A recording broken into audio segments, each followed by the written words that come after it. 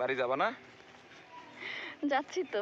আর এবার তরতরি যাও, শয়তানে ধরবে, শয়তানে দৌড়িয়া কল্লাটা দৌড়িয়া পাশার দিয়া পুকুরের মধ্যে চুবাই ছিলে।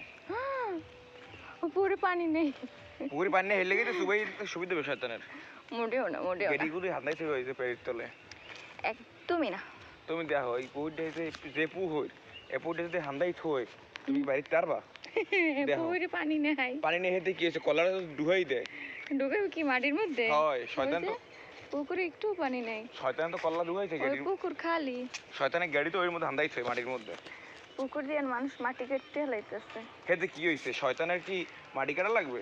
শয়তান তো ঠেলা দেবে, এক ঠেলাই তোমার কল্লার হানিয়ে দেবে ওর মধ্যে। আপনাদের ভাইয়া কি হয়ে গেছে দেখছেন? ওরা খালি কেটকেট কেটকেট করে, এটা স্বভাব। তত্তরি করে লো, করে লো। যাবো না।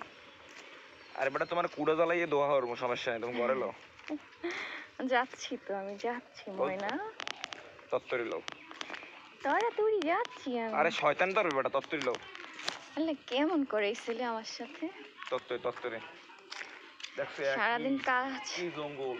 সারাদিন জার্নি করার পরে আমার হচ্ছে চেহারা, এর মধ্যে সে আমার সাথে যা করে আমি কাউরে বলতেও পারি না। এই জঙ্গলে যদি থাকো শয়তানের পাছার একটাও তলায় পড়বে না। শয়তানে বলে পাসার দিবে, শুনছেন? হয় হয়।